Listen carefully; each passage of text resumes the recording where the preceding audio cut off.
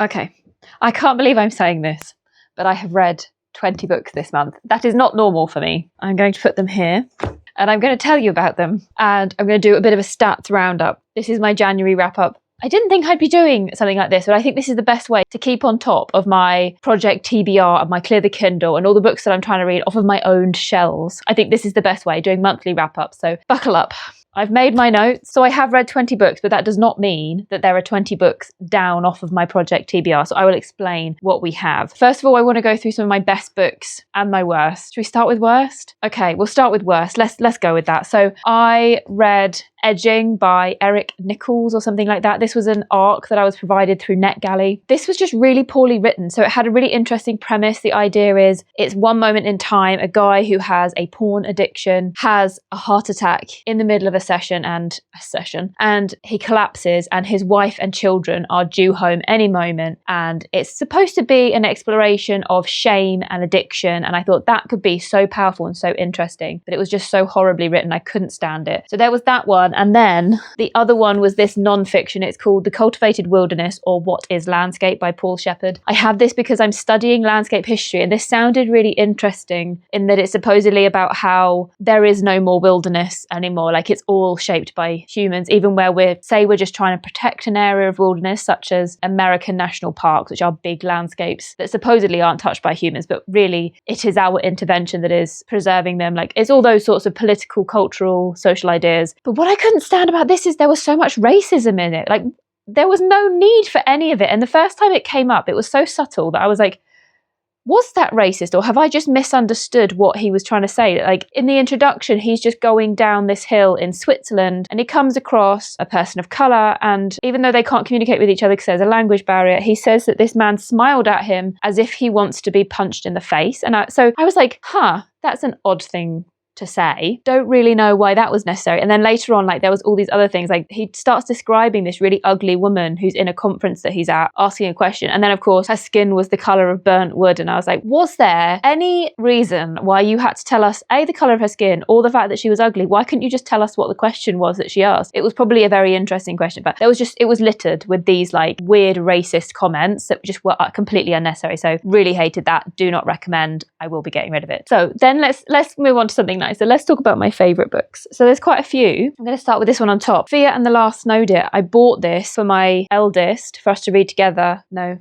Santa bought this. Santa brung this to her for Christmas. This is by Eilish Fisher. It's written in verse and it's just so beautiful, and all the illustrations that are in it are really dark and brooding, and they really add to this sort of oppressive, snowy landscape feeling, this dark terror that there is. It's a bit of a ghost story as well, but it's a kid's book, so ultimately it comes good in the end. But it's really well done. I often wonder whether writing something in verse is actually necessary when you're writing a story, but in this case it really works. The sparseness of the prose, the way the words sound together is so beautifully done, and you don't need a child to read this one. This is one you can just read for yourself. It's so beautiful. I was just looking at my list there and I realised that actually my 5-star reads, so all these ones I'm mentioning right now are 5-star reads, and I don't have any of them physically. So the next one I'm going to talk to you about is My Dark Vanessa by Kate Elizabeth Russell. I have done like a Kindle reading vlog where I talk about this one more, so I won't go into too much detail, but essentially I went into that quite skeptical because I thought it's talking about sexual abuse. It's a bit of a Lolita story, and I thought it could be a jumping on the bandwagon of the Me Too movement, and that it would just be sort of a cash grab style book. I was really skeptical about how it was going to be done, but it was so well done. And then afterwards I found out that the author spent years and years honing that story, and I think you can tell in the craft of it. I think you can really tell how nuanced it is and how much thought went into it. So I thought that was brilliant. 5 stars. The next one was one I borrowed from the library on audio, and this is The Impossible Thing by Belinda Bauer. I will not stop going on about this to everyone. This was released in 2025. That's why I wanted to read it, because I realised I hadn't read very many 2025 releases. And I also didn't realise that this is actually the second in a series. But honestly, I haven't read the first book in the series. I've never read anything by Belinda Bauer before. So you don't need to read it to read the first book to go into this one. There are references to things that have happened before, but it doesn't take away from your enjoyment of this specific book. But it's got such a funny tone. We have an autistic narrator. It feels a little bit like The Curious Incident of the Dog in the Nighttime. But I would also say, even though I haven't read The Thursday Murder Club, I would say it's such an easy read, like A Thursday Murder Club. I feel like there's such a free and easy tone about it. It's got a very niche mystery. It's about egg collecting throughout the 20th century, late 19th, earlier 20th century. And then there's like a today, which is the autistic lad who's trying to sort of investigate this missing egg. And it was just so much fun. It was so niche. It was also emotional. Like there are some sections where you actually hear from the bird's perspective who are having their eggs taken. And they were unbelievably emotional. I wasn't expecting to get so emotional about it. But that was such a fun read, such an easy read, and such an easily recommendable read. Like I can imagine recommending this to so many people, and I already have recommended this to so many of my friends. And then the other 5 stars that I had this month was another NetGalley release. So I had one of my worst and one of my best reads this month, which was May We Feed the King by Rebecca Perry. This is a granted publication. It's a very thin, very poetic novel. I would say if you liked The Department of Speculation by Jenny Offill, or one of my favourite books actually, Rest and Be Thankful by Emma Glass. I loved this so much. I didn't like Peach so much by her, but this same like very thin, it's quite hallucinatory. Yeah, so it's got a very similar feeling, and I wish I'd remembered in my short that I did to recommend this one as well, because this is so good. But in May We Feed the King, we have someone who is a curator in a museum, or she's been pulled into this historic house. They're celebrating the 750th anniversary of the building that they're in, and this curator is brought in to try and set the stage, and she works with, I keep saying she, but I would say actually it's an gender ambiguous. They don't say pronouns in it for this person or for the archivist. So I just want to sort of come in and say, sorry, I've said she that whole time, but it is gender ambiguous. And then the curator and the archivist work together, and they start to uncover details about the king who lived there before and this mystery that surrounds the king. And then we sort of go back and we have this hallucinatory account of the king who didn't necessarily want to be in power, to the deaths of his brothers, and all the sort of hearsay, the court gossip and things that may have happened, but maybe they didn't happen because maybe they were just hearsay, and how this person might have felt. And I just loved it. It was so good. It was so poetic. And even in sections where Perry is describing something that feels quite mundane, she starts describing the objects that are listed on this website. But it was fascinating. I was absorbed by it. It was so well done. Anyway, very highly recommend that. And then I have a couple of honorary mentions because they weren't 5 stars, but I do want to mention them.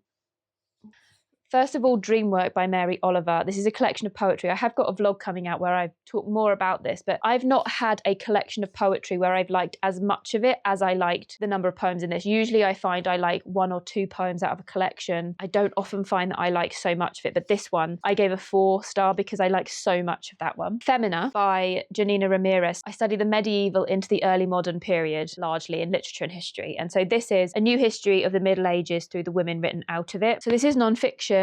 And I bought myself the audio, and then I was gifted this by a relative. So clearly very me, but I listened to it on audio. And because I did that, it felt like each chapter felt like its own mini podcast, which was a really nice way to absorb the stories that are in it. But it's also very well illustrated in the physical book. So I'm glad I have this as well, because I would listen to an episode, a chapter, and then I would come back and I would look through the images that accompany it, which is a really nice way to read this. So I gave this 4.5. There was something that wasn't quite my favorite, but I did love it. It had a really accessible tone. Yeah, really liked it. And then the other one I want to mention, This Other Eden by Andrea Wolf and Emma Gaben-Gamel. This one is proving so useful for my landscape history course. It is an account of 7 great gardens through 300 years of English history, and the authors have used each garden to represent a specific period in British history, and then using that garden, using the people who own it, the designers, the gardeners, the people surrounding it or writing about it, to document the changing British history, politics, religion, theology, philosophy, aesthetic ideals. All of those things are woven in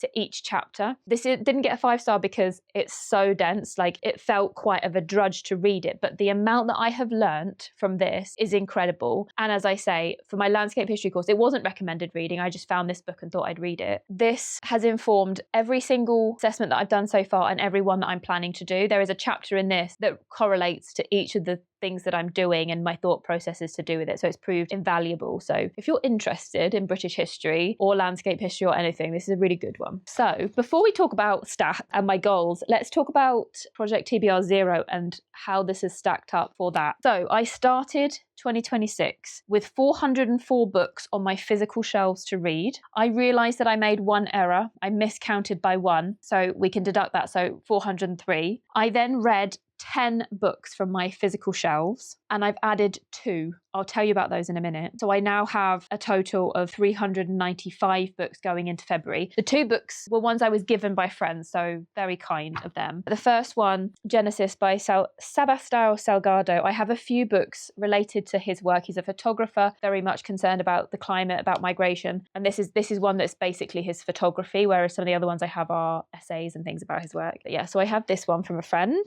Thank you, Peggy. And then I was also given last year a Murakami, and one of my other friends was like, oh, I have a Murakami on my shelf and I don't like it. Do you want it? So I've taken Kafka on the Shore from a friend as well. So I've added those 2 to my shelves. So then let's talk about my Kindle book. I started January, I thought, with 149 books on my Kindle to read. Turns out I made 2 errors. So I miscounted and I accidentally double counted one of the books. So I had 2 lines that were the same book. So down to 147, but I read 5 off of my Kindle. So I'm down to 142 now. So that's great progress. Honestly, I don't usually read this much in one month. This has been a particularly fruitful month. And I don't see February, March, April being this fruitful because I am so deep in uni assessments. But essentially, I had 15 books that I've read from my own shelves, 5 books that were not my own. I read 2 borrowed from my sister. This other Eden is my sister's because she also studied landscapes. And The Angel's Game by Carlos Ruiz Zafón I borrowed from her. I read 2 NetGalley releases, so Edging and May We Feed the King. And then I read 1 library book, which was The Impossible Thing by Belinda Bauer. Shall we change location to talk about stats, just for a bit of a change of scenery? Yeah, let's do it. See you in a minute. Okay, let's talk stats now then. So my goals for this month were to read, well, for this year, were to read more indie published, to read more LGBTQ authors or themes, BIPOC authors and themes, translated works. Those were my goals. And then also I was tracking how many male, female authors I read, and also how many non-fiction, fiction, and how many rereads I have, because I do often reread and I want to reread more. So let's look at those stats. I read exactly half and half male to female authors. However, there is one book which is Beowulf, which is questionable because we don't know who was the author of Beowulf. I think we can assume it was a man. I think scholars generally agree that it was a man. The type of narrative that it's framed from a man's perspective. So it suggests that it is a male author. So that one's questionable, but generally half and half, 10 male, 10 female. I read 6 non-fiction to 14 fiction. Pretty standard for me. I think last year my non-fiction to fiction was about 25 to 75, so percent.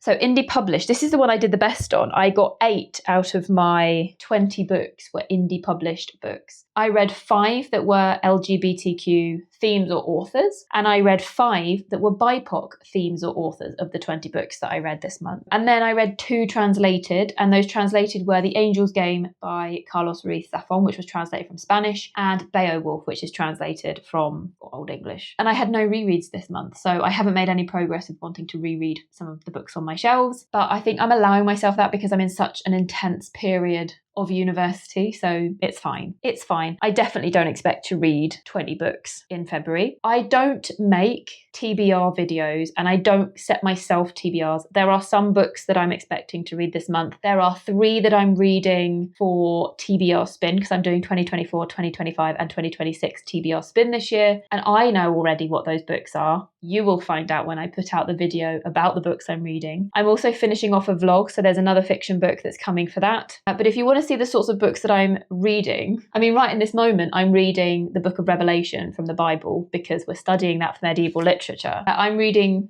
this copy, which is the King James translation, but I've also read the earlier text that was the one that would have been around when I'm studying. But I wanted to see what the translations were like and how they changed it.